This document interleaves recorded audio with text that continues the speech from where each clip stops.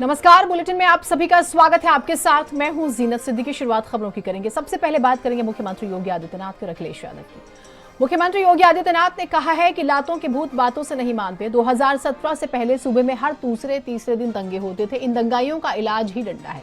वैसे याद होगा आपको, पिछले दिनों करनी सेना वाले आगरा में तलवार और डंडा लेकर पहुंचे थे, जिसको लेकर अखिलेश यादव ने आरोप लगा दिया था कि गांधी को मारने वाले मेरी हत्या करना चाहते हैं।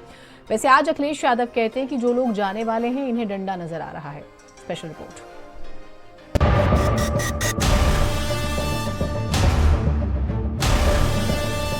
बहनों और भाइयों, इन दंगाइयों का उपचार ही डंडा है।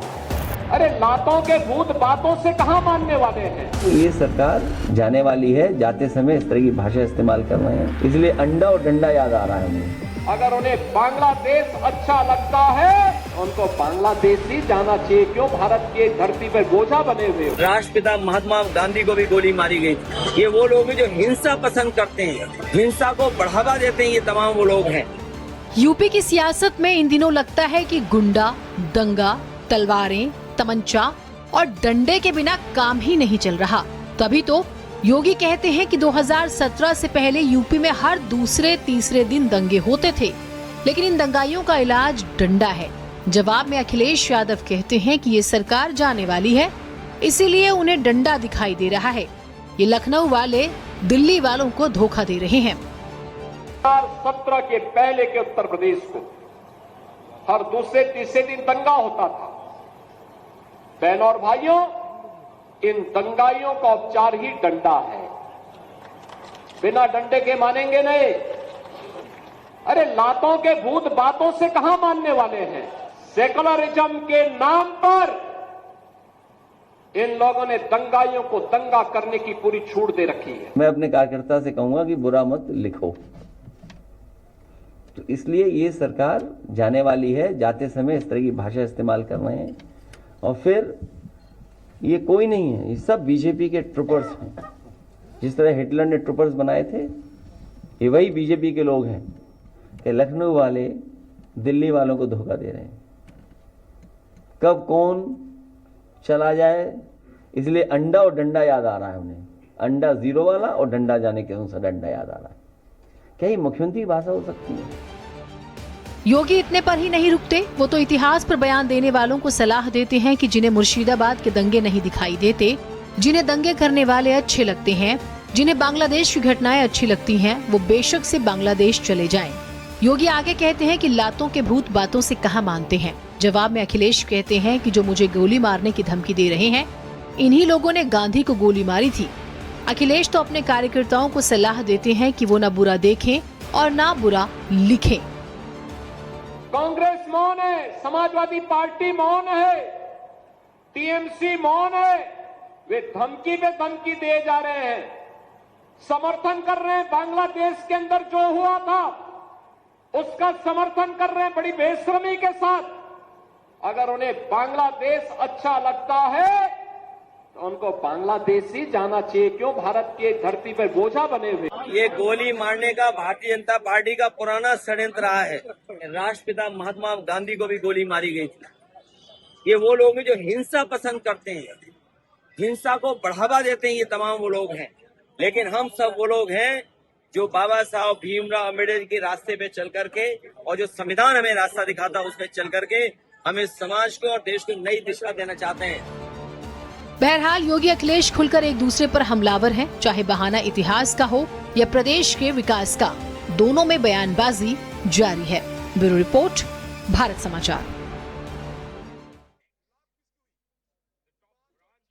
और इसी बीच एक बड़ी खबर आ रही है। नेशनल हेराल्ड केस में ईडी ने कांग्रेस नेता सोनिया गांधी और राहुल गांधी के खिलाफ चार्जशीट दाखिल की है। प्रवर्तन निदेशालय ने यह कार्रवाई राहुल और सोनिया गांधी से जुड़ी कंपनी एजेएल की 700 करोड़ से ज्यादा की संपत्तियों को जब्त करने की प्रक्रिया शुरू कर दी है।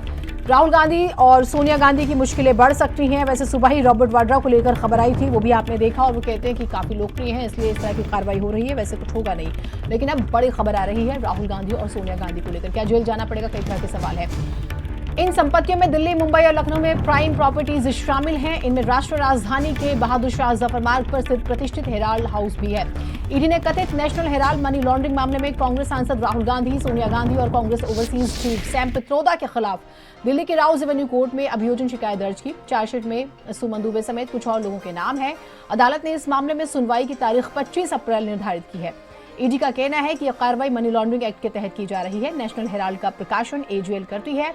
इस कंपनी का मालिकाना हक यंग इंडियन प्राइवेट लिमिटेड के पास है। सोनिया गांधी और राहुल गांधी दोनों की कंपनी में 38% की हिस्सेदारी है। इस वजह से वो कंपनी के सबसे बड़े शेयर धारक हैं।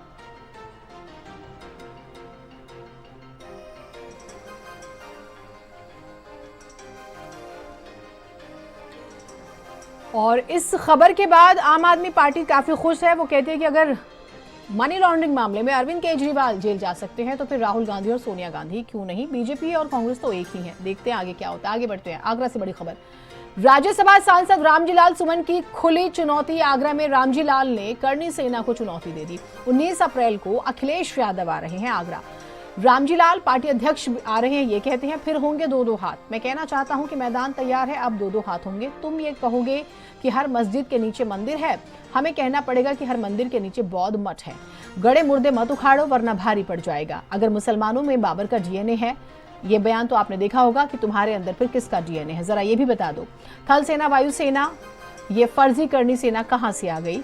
ये जो 2-2 हाथ की बात रामजी लाल करते हैं, इसके बाद विवाद बढ़ गया है।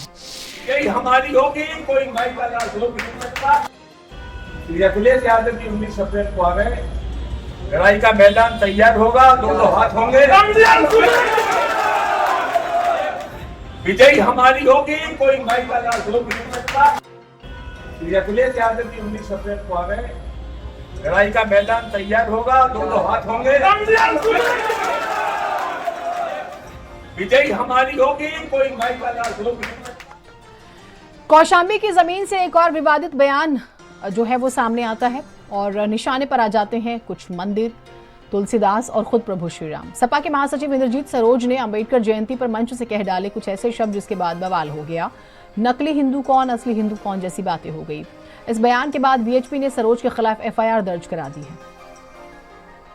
ये भारत देश का इतिहास है जो आज हमें नकली हिंदू बना के हमारे वोट का सौदा करते हैं और राजपाट लेके हेलीकॉप्टर से चलते हैं।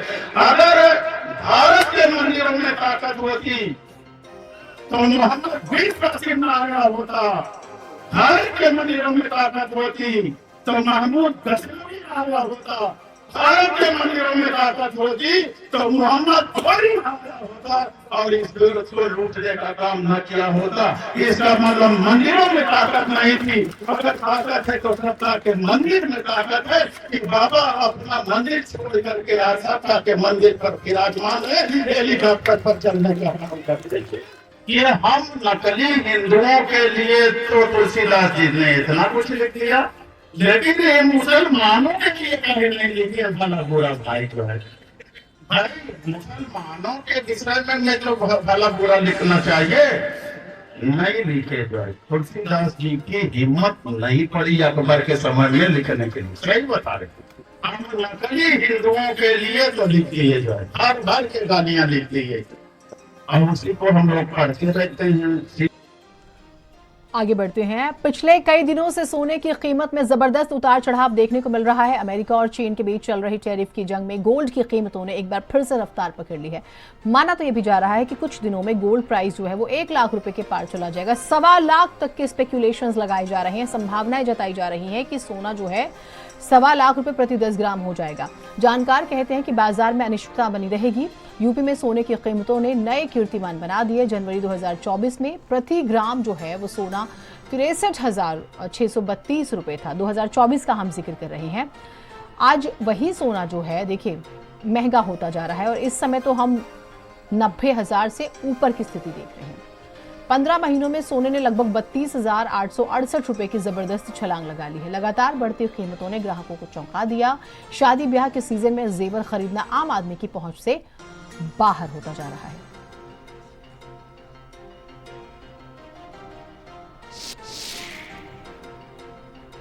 और ये ग्राफिकली आपको जानकारी दे देते हैं। कीमतों में उछाल आ चुका है। जनवरी 2024 सोना 63,000 रुपये था, सोचिए आप। उसके बाद हम अप्रैल की बात करें तो 2025 में ये 96,500 रुपये तक पहुंच जाता है। 15 महीनों में 32,868 रुपये प्रति 10 ग्राम का। सोचिए आप, मतलब इस पैमाने पर आपकी सैलरी नहीं बढ़ी होगी। और ऐसे भी संभावनाएं है कि अक्षय तृतीया आते आते तो ये 1.25 लाख क्रॉस कर जाएगा। दिवाली के सीजन पे आप जानते हैं बहुत डिमांड बढ़ती है। टैरिफ जंग में गोल्ड में इन्वेस्टमेंट बढ़ गया क्योंकि शेयर मार्केट को लेकर ये कहा जा रहा है कि आपको उतना रिटर्न नहीं मिलेगा। शेयर मार्केट और प्रॉपर्टीज 6 से 7% का रिटर्न देती हैं, तो गोल्ड सबसे सेफ होता है और इसने इस बार कहा जा रहा है कि 20% का रिटर्न दिया है। इस पूरे आप देखिए 15 महीनों में जो फर्क आया। इस वक्त हम चौक में जैन ज्वेलर्स के यहाँ मौजूद हैं और ये सोने की दुकान है। यहाँ पर तमाम ग्राहक भी जो है वो बैठे हुए हैं और जो यहाँ के ऑनर हैं वो भी बैठे हुए हैं। वो सबसे हम लोग बात करेंगे और जानेंगे कि आखिर क्या वजह है कि सोने के दामों में इतना ज़्यादा इजाफा हो रहा है। भाई साहब, क्या नाम लिखते हैं आप अपना पूरा? मैं आदिश कुमार जैन हूँ और मैं सराफा स्टेशन चौक लखनऊ का उपाध्यक्ष हूँ। अगर सोने की बात करी जाए पिछले 1 साल से, यदि हम बात करें, इस वक्त अप्रैल चल रहा है, अप्रैल 2024 से तो 67,000 रुपये का भाव था और इस वक्त भाव 96,500 का है। ये जानना चाह रहे हैं कि इससे पहले कभी क्या सोने का भाव इतने ऊपर गया है? तो ऑल टाइम हाई है। ये तो सबसे ऊपर का भाव है, सबसे ऊंचा भाव है। इतना भाव कभी भी नहीं रहा। हाँ, तेजी मद्दी इस तरह से एक दिन में 6-6 हज़ार रुपये, 2-2 दिन में 6-6 हज़ार की, ये भी पहली ही बार देखी जा रही है। हाँ, कुछ चैनल या कुछ सोशल मीडिया के द्वारा ये खबर आ जा रही है कि सोना 50,000 या 60,000 या 70,000 हो जाएगा, तो ये बहुत ही हास्यास्पद है। मैं तो यही कहूँगा कि जिस रफ्तार से सोने ने अपनी बढ़त हमेशा बना रखी है, चाहे आपके पिता की शादी हो, आपके पिता के पिता की शादी हो, कभी पलटा नहीं है सोना। सर ये बताइए कि सोना खरीदने हैं? हाँ, लेने हैं, शादी पड़ी है घर में। 96,500 में सोना हो गया है। कितनी दुश्वारी हो रही है लेने में? भाई लेने में तकलीफ तो हो ही रही है, मजबूरी है कि शादी पड़ी है, घर में लेना है। भाई कष्टदायी है, बहुत इजाफा बहुत ज़्यादा हो रहा है, मगर मजबूरी है, सब लेना पड़ रहा है, क्या करें। इससे पहले कभी इतना भाव रहा नहीं है, क्योंकि नहीं रहा, इससे भाव पर नहीं रहा, मगर आगे उम्मीद भी है जिस तरह बढ़ रहा है, आगे क्या कुछ भी हो सकता है, 1 लाख के ऊपर भी हो सकता है। कैमरामैन मेहदी हसन के साथ सीमा नकवी, भारत समाचार, लखनऊ। तो 1 लाख से ऊपर भी हो सकता है। अगर आप इन्वेस्टमेंट प्लान कर रहे हैं तो सोच समझ के कीजिएगा। आगे बढ़ते हैं। आज एक बड़ी खबर आती है अयोध्या से। राम मंदिर को बम से उड़ाने की धमकी, बढ़ाई गई सुरक्षा। कल राम जन्मभूमि ट्रस्ट के ईमेल पर धमकी मिली थी। साइबर सेल में धमकी के मामले में मुकदमा दर्ज करा दिया गया। राम जन्मभूमि परिसर आसपास के इलाकों में पुलिस मौजूद है, सुरक्षा बलों की तैनाती कर दी गई है और गश्त को भी बढ़ा दिया गया है। ये ईमेल भेजने वाले कौन है, इस बारे में जांच की जा रही है। और आप देखते हैं कि एक स्पेसिफिक टाइम पीरियड के बाद अक्सर ये इस तरह से माहौल ख़राब करने की, डिस्टर्ब करने की कोशिश करते हैं। जांच हो रही है कि ईमेल कहां से आया है और शरारत है या साजिश। बड़ी खबर। और साइबर सेल में धमकी के मामले में मुकदमा दर्ज करा दिया गया है। ये जांच का विषय है कि ईमेल देश के अंदर से ही आया है, स्पेसिफिक यूपी से आया है या किसी और स्टेट से आया है या फिर देश के बाहर से।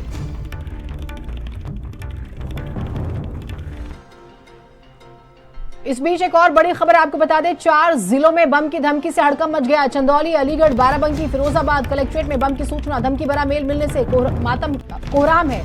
आपकी जगह प्रोटोकॉल के तहत कलेक्ट्रेट भवन जो है वो खाली करा दिया गया। प्रशासनिक पुलिस अधिकारी जांच में जुटे हुए हैं। तो ये इसकी टाइमिंग को देखना बहुत ज़रूरी हो जाता है। धमकी भरा ईमेल मिलने से एक तरह से एक हड़कंप मच जाता है। प्रोटोकॉल के तहत कलेक्ट्रेट भवन खाली करा दिया गया है। बम निरोधक दस्ता पहुंचा हुआ है, वो ज़रूर इन्वेस्टिगेट कर रहा है। प्रशासनिक अधिकारी, पुलिस बल मौजूद है। 4 जिलों में बम की धमकी से हड़कंप मचा हुआ है।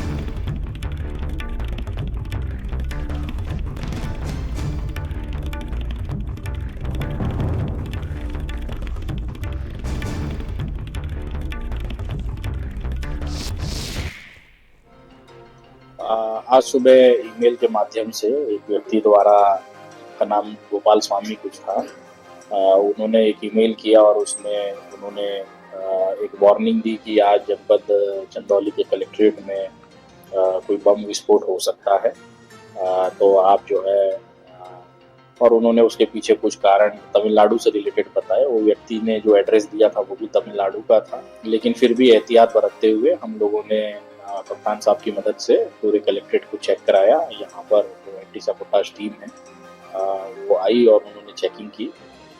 यहाँ पर कुछ पाया भी नहीं गया और जो ईमेल के कंटेंट्स थे वो भी बड़े ही फ्रिवोलस से लग रहे थे, पढ़ने से ही बात हल्की लग रही। DM बाराबंकी के ऑफिशियल मेल आईडी पर एक मेल आया था जिसमें ये लिखा हुआ था कि IED या RDX यहाँ कलेक्ट्रेट में लगाया जाएगा और बम विस्फोट हो सकता है।